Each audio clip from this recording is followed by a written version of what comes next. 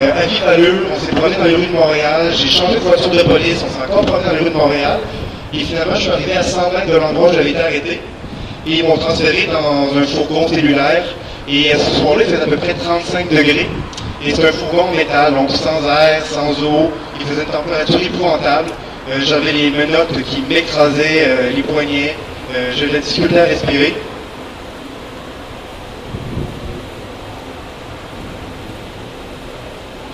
Et finalement, après une durée de temps indéterminée, parce que quand on fait rien, on fait juste avoir chaud, le temps paraît très long, je suis arrivé au centre opérationnel du SPVM, là où on oublie nos droits, on est photographié, et enfin on me retire les menottes. Mais avant de me mettre en cellule, ils m'ont levé mes lunettes parce qu'ils m'ont dit que je pourrais me suicider avec. Je suis très myope, donc une fois qu'ils m'ont levé mes lunettes, je voyais absolument rien. J'ai passé 24 heures en cellule à ne rien voir du tout, sur une banquette de bois, à geler avec une petite couverture. Et l'inspecteur qui est venu me voir dans le milieu de la nuit, il est venu me voir dans ma cellule, elle me criait après, elle me parlait sur un ton condescendant. Et là, j'ai appris que j'étais accusé de voie de fait armée sur un agent de la paix. J'étais accusé d'avoir résisté à mon arrestation et d'avoir participé à un attroupement illégal. Elle me dit aussi que puisqu'elle m'accusait, j'étais pas innocent, j'étais coupable. Et elle m'a dit aussi que j'étais chanceux d'avoir une couverture et d'avoir un petit morceau de gâteau, parce que dans certains pays, on donne même pas ça aux prisonniers. Elle m'a aussi dit qu'elle avait les empreintes digitales, parce qu'ils m'ont dit que j'ai lancé des bouteilles de bière sur les policiers. Ils ont dit qu'ils avaient mes empreintes digitales sur la bouteille. Et je leur ai dit, comment faites-vous pour avoir mes empreintes digitales? Vous ne les avez pas encore prises. Et elle a dit, vous deviez porter des gants.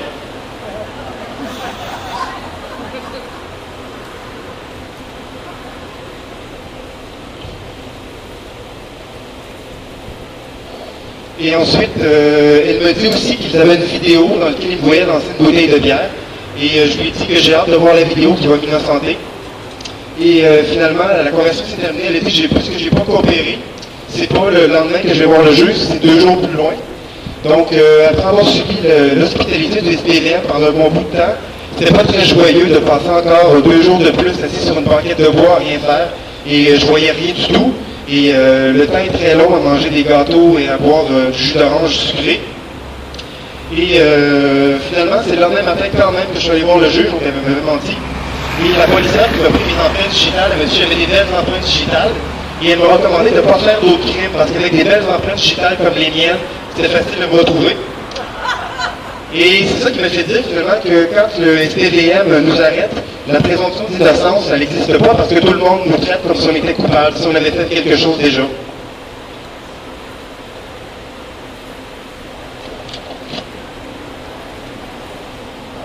Et donc, j'ai pris la route vers le palais de justice. J'ai passé toute la journée là dans des prisons absolument glaciales. J'étais à côté de gens qui étaient des criminels endurcis, fait que on jasait de c'est quoi la vie au pénitencier. Fait que j'ai appris comment on fait de l'alcool de contrebande à Bordeaux. Fait que c'est intéressant pour moi si jamais j'y vais un jour. J'ai appris aussi que j'étais libéré, mais que j'avais des conditions de libération. Fait donc, c'est une masse un peu sombre qui me dit les conditions parce que je voyais pas le juge, j'avais pas mes lunettes. Fait que j'avais plein de conditions, c'est à peu près les mêmes qui ont été invoquées par un narco-panda, donc garder la paix en tout temps, ne pas manifester. J'avais un couvre-feu aussi. Et à toute fin pratique, en fait, je ne pouvais plus manifester. La grève se poursuivait, mais moi, j'étais quand même un petit peu en punition dans mon coin. Et je trouvais ça un petit peu injuste, en fait, de ne pas avoir été déclaré coupable et de subir des conditions de libération. J'ai suivi pendant 1 an et 4 mois, parce que mon procès, c'était le 23 septembre.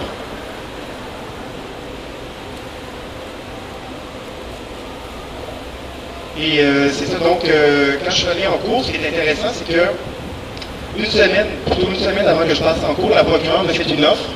Si je plaidais coupable d'avoir résisté à mon arrestation et je donnais 300 $ à un organisme de charité de mon choix, j'étais amnistié, je n'avais pas de dossier criminel. J'ai refusé par principe. J'ai refusé aussi parce que je ne voulais pas gonfler les statistiques du SPVM. Je ne voulais pas que le SPVM dise nous avons arrêté 100 étudiants et étudiantes, mais hey, attention, on a des vertiges de culpabilité, on est tellement gentils qu'on les a amnistiés. Je ne voulais pas nourrir ces statistiques-là, donc j'ai refusé.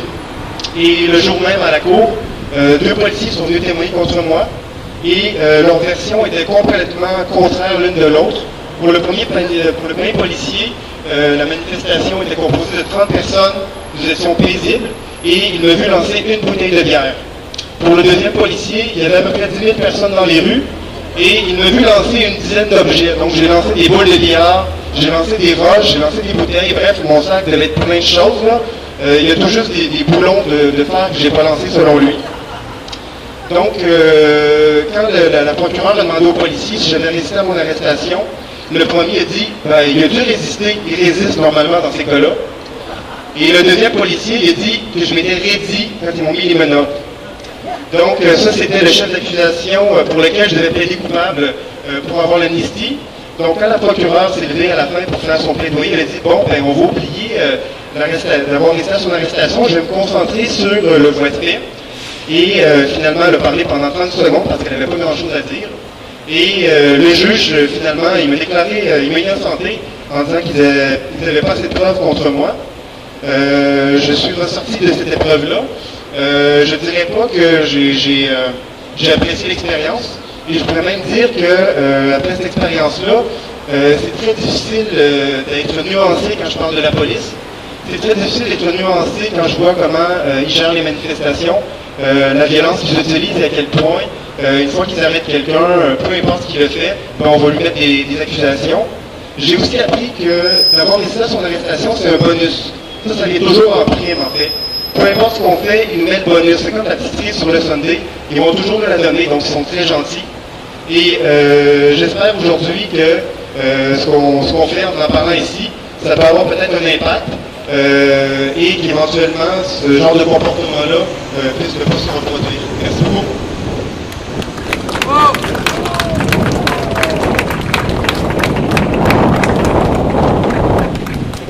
Alexandre Chagrin, Placentaire. Je connais trop de manifestants judiciarisés qui s'appellent David, je m'excuse. On va maintenant écouter le témoignage d'un manifestant qui est toujours accusé et donc ne souhaite pas s'identifier. Ce témoignage-là va être lu par Marco Simonsen.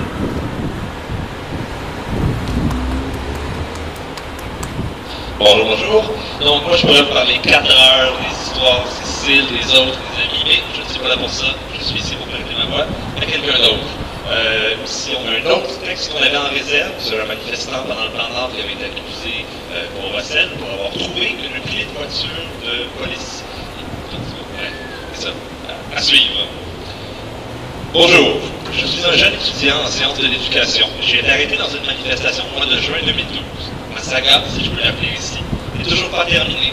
C'est pourquoi aujourd'hui je ne peux vous le raconter moi-même, de peur de nuire au procès. Cependant, chaque mot en est vrai, j'espère qu'ils sauront vous toucher. Jeune idéaliste, j'ai participé à des dizaines de manifestations et à des actions lors de la grève de 2012. Cependant, je tiens à dire que je n'ai jamais usé de violence envers qui ou quoi que ce soit lors de ces manifs, ni même en dehors. Lors des événements du Grand Prix, je me suis rendu à une manifestation qui fut encerclée avant même son départ et sans qu'aucun acte de vandalisme ait été commis. Pas moyen de sortir de la souricière. Je pense alors que le SPVM va procéder à une arrestation de masse, comme quelques semaines auparavant, lors d'une manif de nuit. Croyant alors que j'avais ma dignité, je décide de faire face à l'anti-émeute, les coudes soudés à ceux de mes camarades à ma droite et à ma gauche. J'avais à ce moment un masque de ski transparent pour me protéger du poivre, s'il devait y en avoir. La police procède à une arrestation ciblée et ici arbitraire derrière moi, mais je ne le savais pas. Les policiers arrivent par derrière pour ressortir de la foule, je suis dans leur chemin, et la foule autour est compacte et agitée, je suis poussé sur un policier de cette escouade. Il ressort et je reprends ma désobéissance pacifique. 2 minutes plus tard, 3 policiers s'approchent et c'est moi qu'ils viennent chercher. J'apprends alors que je suis arrêté pour 1. Entrave, 2. Voie de fait sur un policier, et 3. Port du masque dans un dessin criminel. 3 charges qui pourraient sérieusement compromettre mon avenir en enseignement. Au passage au poste ordinaire, je ne m'étendrai pas dessus, cependant 3 choses. À ma sortie, je ne signe aucun papier. On ne prend pas mes empreintes digitales et on ne me donne pas de promesse de comparaître ou de conditions de libération. Je ne pense libre et me dis que finalement cette mauvaise histoire sera oubliée. Malheureusement, j'aurais tort. Et je ne doutais pas que le cauchemar ne faisait que commencer. Au mois de juillet 2012, je déménage, je vais changer mon adresse et suivre mon courrier à mon nouveau domicile. Au mois d'avril 2013, pour obtenir un contrat, je dois déclarer mes antécédents judiciaires. Un mois plus tard, j'apprends alors avec stupéfaction dans une lettre du MLS que je suis sous le coup d'un mandat d'arrêt quand je ne me serais pas présenté à des audiences de la Cour. Mon avocat n'avait pas été informé de ces audiences et jamais je n'ai reçu de lettre de convocation. Je me précipite le soir même aussi au sud, là où j'avais été détenu en juin 2012 pour avoir de l'information sur mon dossier. Quand je n'avais aucune documentation, je ne comprenais pas du tout ce qui m'arrivait. En prétexte d'une panne de système informatique.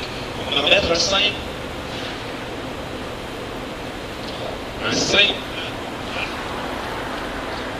billet jaune sur lequel est écrit le numéro du mandat. Il me semble de me présenter au palais de justice le lendemain même pour le faire tomber. Naïvement, je me présente le lendemain et tout ce que la personne au comptoir d'accueil me dit de faire est de me présenter à tel bureau. Au bureau, je présente le billet jaune et demande des informations. La dame remplit un formulaire qui devrait normalement prévoir un suivi le vendredi. Ça mardi matin. Mais elle ne demanderait pas copie. J'imagine qu'il a rencontré le pack de recyclage. Je reviens le jeudi pour faire changer mon adresse physique. Le vendredi, je regarde sur le tableau des rôles. Là, on sait dans quelle salle du palais on passe devant le juge. Mon nom n'y est pas, mais un petit écriteau dit que les personnes dont le nom n'apparaît pas doivent se présenter au bureau X. Il est 9h du matin, je suis avec 2 amis. Et mon avocat devait arriver plus tard. Au bureau, je présente une pièce d'identité et dis la raison de ma présence au palais. Je veux faire tomber un mandat d'arrêt, je veux mettre toute cette histoire derrière moi et en finir au plus vite. Rapidement, la dame s'éclipse et 2 agents de sécurité du palais de justice font leur apparition devant la porte. Je ne sais pas ce qui se passe, je suis venu régler mon cas en homme libre de ma propre volonté. Et là, je risque de me faire enfermer à nouveau. Les agents me collent au mur, me passent les mains et m'emmènent sous les yeux incrédules de mes amis vers les cellules de détention. Enfermé, on ne laissera pas voir mon avocat de la journée, tout juste un bout de fil. Les cellules de détention du palais ont transféré à celles des services correctionnels provinciaux. Procédure oblige, on passe à me déshabiller devant les agents. C'est une cellule immonde, il n'y a pas de place pour s'asseoir, c'est que le sol souillé et fétide. Après avoir été débrouillé de mes vêtements, je me rhabille et on me laisse pourrir dans cette cellule temporaire. Après 40 minutes dans ce couloir, je dois cogner et crier pour m'emmener dans une cellule de mon ignoble. Après avoir partagé une cellule des heures avec des junkies en manque, des dealers de drogue forte et de vieux hommes louches, je vois enfin brièvement la juge. Je vois alors que mes amis sont rendus 3, j'en ai des larmes aux yeux, l'émotion me submerge. Le juge me demande de décliner mon adresse, que j'avais dans mes affaires personnelles la preuve, j'avais effectué mon changement d'adresse la veille. Comment dire, je l'avais déjà fait. Et j'étais tellement assourdi par la situation que tout ce qui est sorti de ma bouche était la réponse à la question de la juge. Et puis heureusement que mes amis étaient là pour payer la caution de 250 $, car si j'avais été seul, j'aurais passé la fin de semaine de 3 jours à Bordeaux. Après cette expérience, pour la première fois de ma vie, j'ai consulté un psychologue. J'avais des crises de larmes, je craquais mentalement. Ça ne m'était jamais arrivé. J'avais peur, à chaque fois que je voyais une voiture de police, je me disais constamment que le mandat n'est peut-être pas vraiment tombé. Je pouvais m'arrêter à tout moment dans la rue, chez moi, m'attendre à mon travail. Cette pensée montait constamment comme une épée de Damoclès. La dernière audience en septembre, ça va mieux, car la poursuite semble ouverte à l'absolution et tout pourrait se terminer en novembre.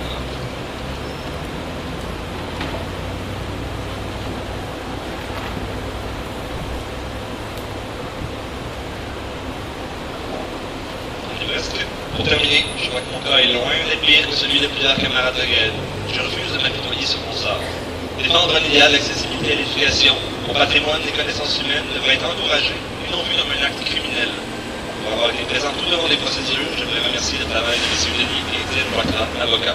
Merci d'avoir pris quelques minutes pour écouter mon histoire. Bravo! Donc, ma cérémonie, M. Panda, qui va prendre la parole. C'est l'heure du public de s'en mêler.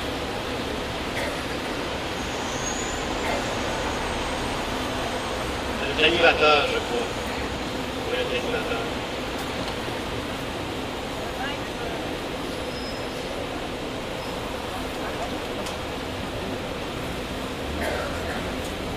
Merci beaucoup. Effectivement, c'est à votre tour de partager peut-être vos expériences, vos commentaires. On entre dans une... en fait, il n'y a pas d'autres groupes qui viennent après, donc on peut s'étendre. Si vous avez des choses à partager, c'est le temps de le faire. S'il n'y a pas vraiment d'ordre, à part spontanément ceux qui veulent prendre le micro. Alors, on est en période de micro libre sur, évidemment, la question traitée ce soir, la répression policière et en fait les suites de ce printemps érable. Alors, je redépose le micro pour ceux qui veulent le prendre la préparer.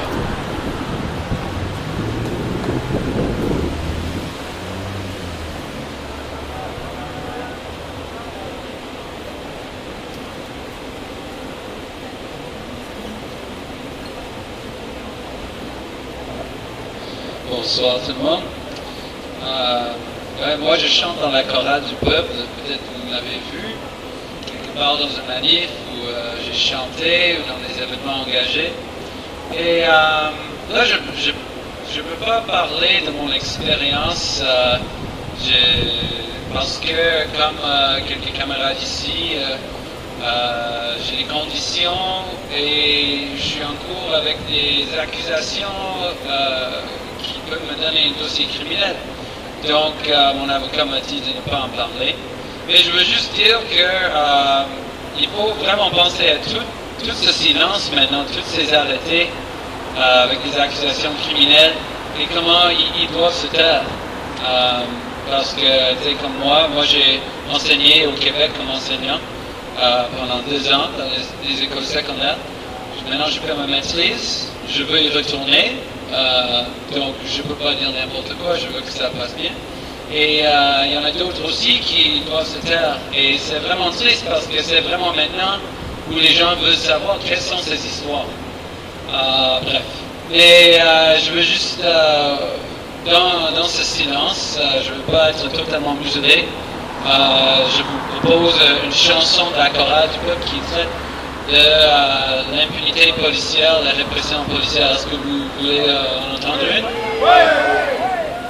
Ok, ben vous avez le choix. C'est soit Bad Cop qui parle d'une enquête sur la violence policière, ou il y a le règlement P6 où on se moque du règlement P6. Donc qu'est-ce que vous allez entendre?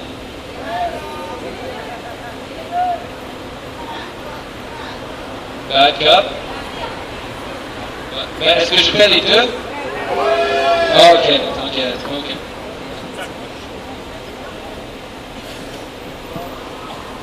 Ces 2 chansons, j'ai écrit avant d'être arrêté et tout. Et donc, j'ai pas fait d'autres chansons sur la brutalité policière. Depuis mon arrestation, j'attends pour que mon procès ça se règle, mais c'est sûr que je vais sortir des chansons après. Donc, c'est ça. Bad cop, vous ne ferez pas taire. L'enquête sur la violence policière. Bad cop, vous ne ferez pas taire. L'enquête sur la violence policière. Bad cop, vous ne ferez pas taire. L'enquête sur la violence policière. Bad cop, vous ne ferez pas taire. L'enquête sur la violence policière. La force excessive, vous en êtes ivre.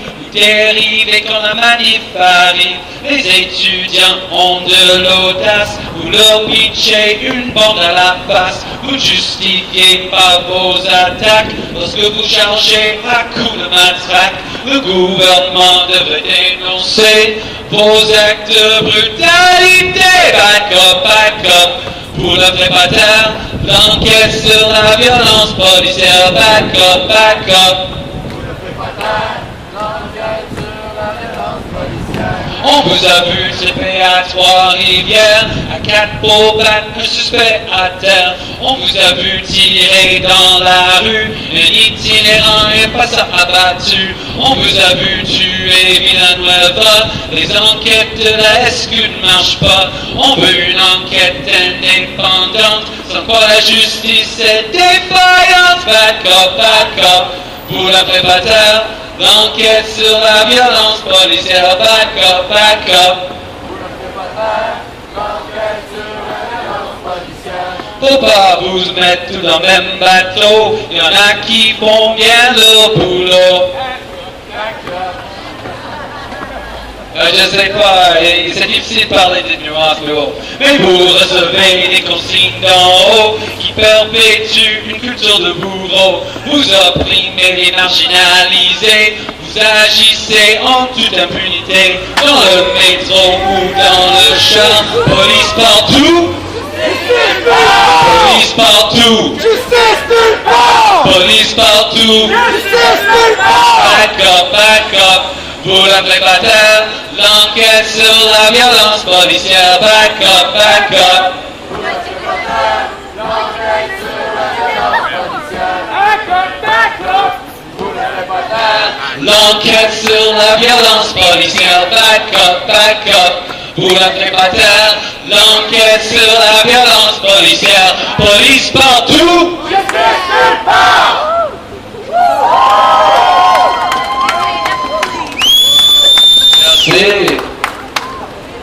Et donc là, une chanson sur le règlement P6, c'est vraiment bizarre parce que Ouais,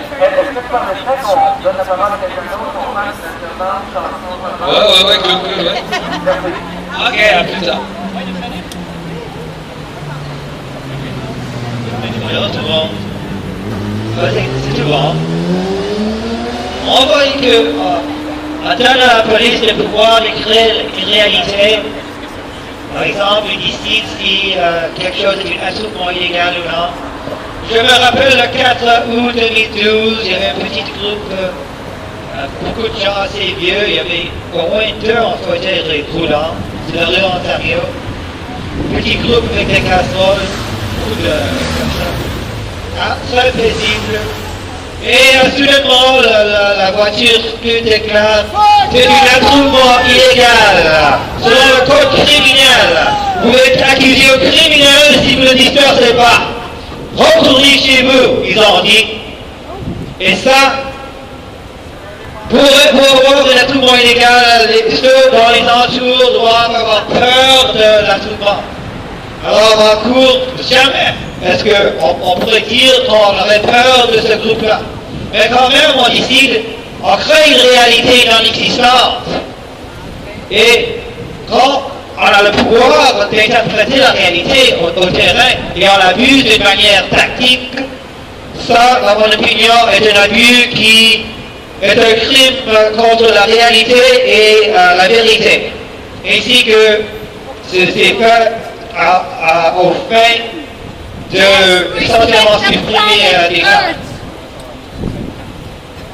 Et alors c'est un exemple, il y a des autres exemples comme ça, on a vu, j'ai vu le 10 octobre, on a déclaré l'attroupement illégal sur la cour criminelle, et je sais qu'aucunement des médias l'a mentionné du tout. Moi j'ai mentionné ça à quelqu'un de CTV, il ne me croyait pas.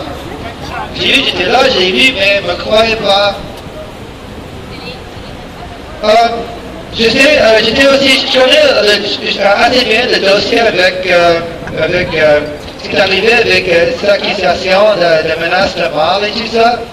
Et c'est assez bizarre parce que récemment, lui était dans la cour, elle était dans la cour et il était dans la même cour. Et je ne pensais pas qu'il avait peur de rien du tout.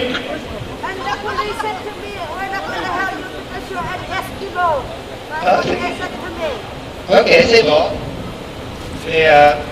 Et lui aussi, c'est assez bizarre parce que les policiers, quand ils font leur témoignage, c'est comme. C'est assez. C'est comme. Ils peuvent dire ce qu'ils veulent et ils ont la présomption qu'ils disent la vérité parce que. Moi, je par exemple, je serais mieux de ne pas mentionner ce cas-là, mais. Quand même, c'est toujours bon de gagner sa cause quand quelqu'un comme 4408 Alexandre Lio. Alors, s'il y a des gens qui vont comparaître le 4 novembre pour 500.1, ce serait intéressant de voir ce qui c'est dans la soi-disant preuve. Donc, il y a 3 éléments qui sont nécessaires et j'ai l'idée qu'ils n'ont pas. Par exemple, il doit prouver qu'il y avait la circulation qui a été entravée. Si ce n'est pas écrit dans la soi-disant preuve, c'est un élément essentiel. Au moins, la juge, dans le cas d'Amélie, connaissait ce fait. Et quand même, c'était une juge qui ne connaît pas son P6 3.1 très bien, parce que les drapeaux ne devraient pas être permis, parce que ce sont les agents contendants qui sont utilisés à leur fin destinée, alors ça ne s'est pas couvert par ça. Et c'est quelque chose d'autre. Ok, qui veut aller? Ok. Maman.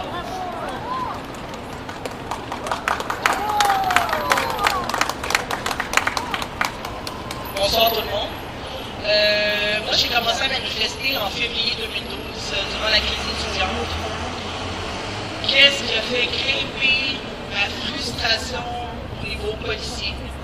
Le 27 juin 2012, je suis dans une manifestation sur la Maisonneuve, près du Yermar, du coin Saint-André. Je sentais la sous-chose, je sentais que l'anti-émeute allait nous foncer dessus. J'étais avec ma fille de 17 ans.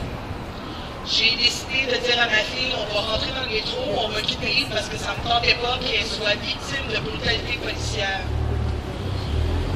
En rentrant dans le métro Berry, sur de Maisonneuve, On a 2 policiers qui sont arrivés derrière nous dans l'escalier roulant. Ils nous ont carrément poussés contre la rampe du métro avec leur guidon dans nos côtes, inclusivement ma fille. Ma fille qui a crié « Arrête, ça fait mal ». Le policier s'est retourné de bord, s'est élancé avec son pied et a sacré un coup de pied dans les côtes.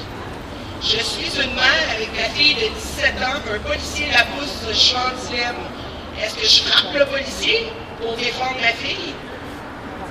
Ou je reste là, puis je fais rien, puis j'essaie juste de consoler ma fille qui a mal, qui a le pied étampé dans les côtes. J'ai poussé le policier. Malheureusement, je me suis empêché de les accuser aux civils et aux criminels parce qu'ils auraient pu revenir contre moi sur un voie de fait, venir m'arrêter à la maison pour avoir défendu ma fille, puis je ne voulais pas que ma fille voie toute cette procédure-là. C'est à ce moment-là où je suis devenue radicale et je ne le cache pas. Je suis devenue radicale contre la brutalité policière. Pourquoi? Parce qu'à 5 ans, moi-même, j'ai été victime de brutalité policière parce que l'escouade tactique est rentré chez moi. Ils m'ont brutalisé pour une histoire de drogue qui concernait ma mère. Ils ont déshabillé ma mère, nue devant moi. Ils m'ont frappé, ils m'ont garoché dans un divan. Est-ce que j'avais le goût, le 27 juin, que ma fille vive cette situation-là? Non. Alors, c'est à partir de ce moment-là que j'ai décidé de participer aux manifestations en tant que personne plus agressive et plus radicale. Je dis merde à la police.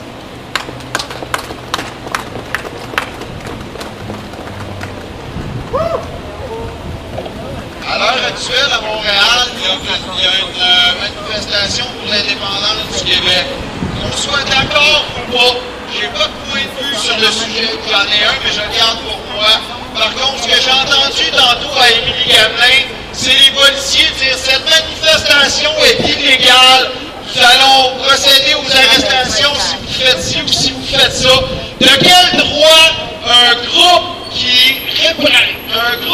est nommé par le peuple pour le protéger peut déterminer ce qui est légal ou illégal en fonction du thème de la manifestation? Dans les derniers mois, il y a eu plein de manifestations. J'ai participé à plusieurs de celles-là. Il y en avait tout aussi illégales les unes